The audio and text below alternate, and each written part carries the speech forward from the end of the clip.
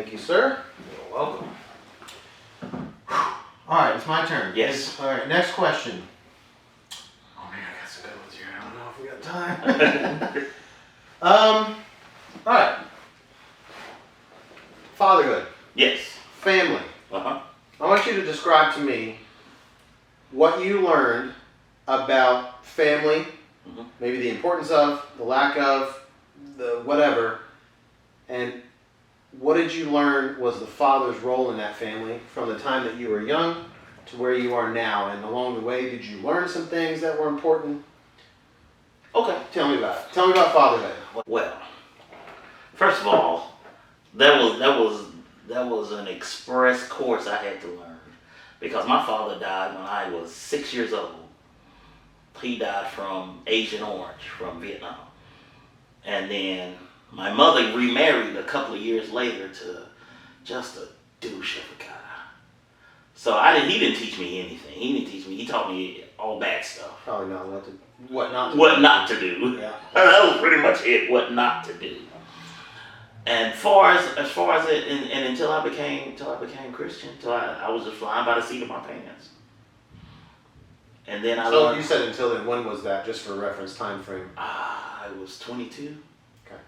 22. I had my son. And you were a father. I was a father at 18, and then I was a father again at 19. So you had a 4-year-old when you realized maybe things should be different. Yeah, things should be very different. Okay.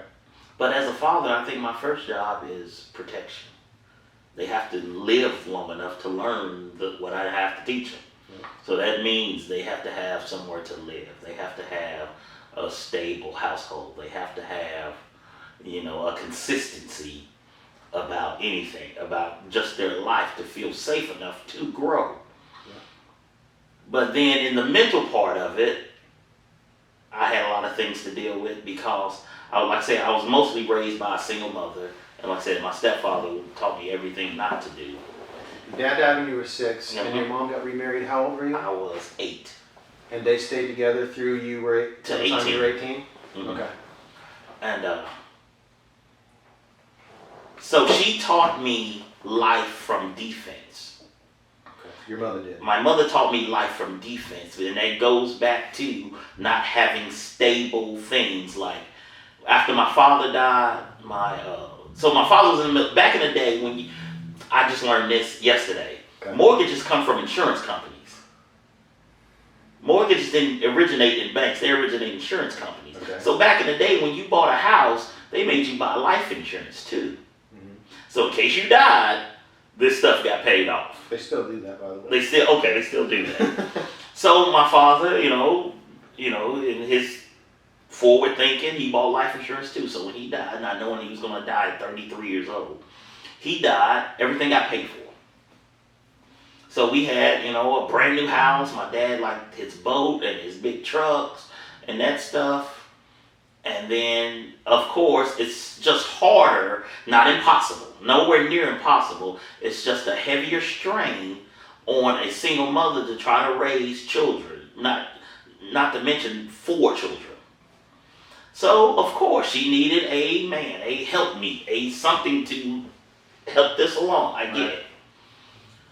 But she taught me, but after that, my mother was and this is where that crazy pseudo religion and how they twisted and turned it and then plopped it on us.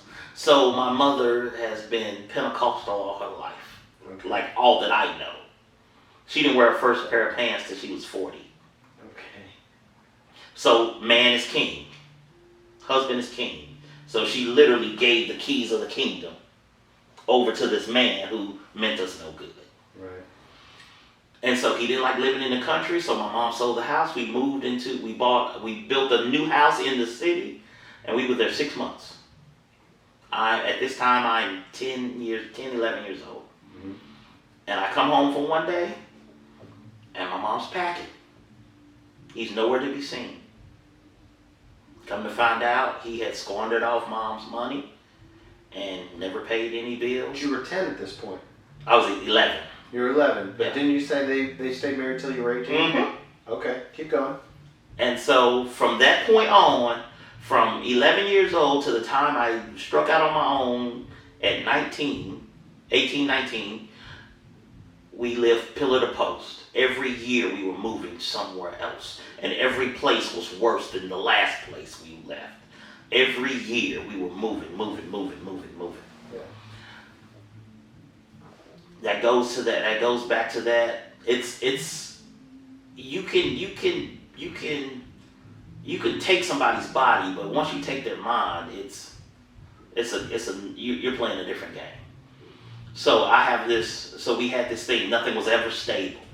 So like I said, I learned life from defense. I learned work before I learned anything else. You got to work, because if you don't work, you don't eat. If you don't eat, you starve. Right. And that was the name of the game. And everything I did was centered around that. I learned how to change my attitude. I learned how to change my persona. I learned how to do all that stuff because I've got to get paid. Because life was at defense. And so I didn't have the luxury of other kids that had stable, at-home families. So it like to this day, it still blows my mind when I see people and they do odd stuff. Because everything is filtered off, can I make money off this? Like I got a client that plays the hammer. That's your filter. Yeah, that's my filter. Yeah. So you have to be very careful and I find myself doing it. And even when my kids were my two kids are adult kids. So I had to find myself not to do that, because I do not stifle their growth and make them little versions of me instead of them being who they were going to be. Because I didn't have the luxury. Some people, when you have a stable home, when you have the ability to buy a home, when you have that ability to take equity out of a home and go to college. College was not a realistic idea for me. It was military. It was military or find a trade. College was not an idea, because college literally cost more than the house we lived in. So it was not a possibility. So I learned life from defense. Other people learned it from offense. And learning that life from offense takes that, it makes everything possible. Like, and how this stuff bleeds over. I don't go to houses if they're in certain neighborhoods, not poor neighborhoods, rich neighborhoods.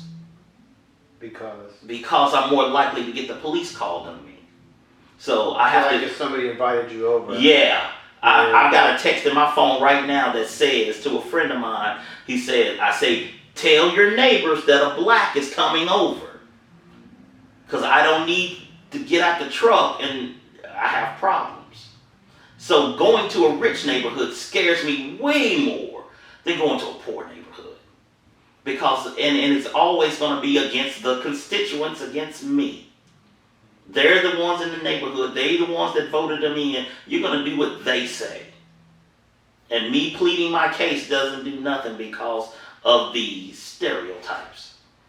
So I teach my children that, and they learn this stuff at young ages. So as a father, you're saying that you're trying your best not to make them try to come from a place of defense like you did. Yeah.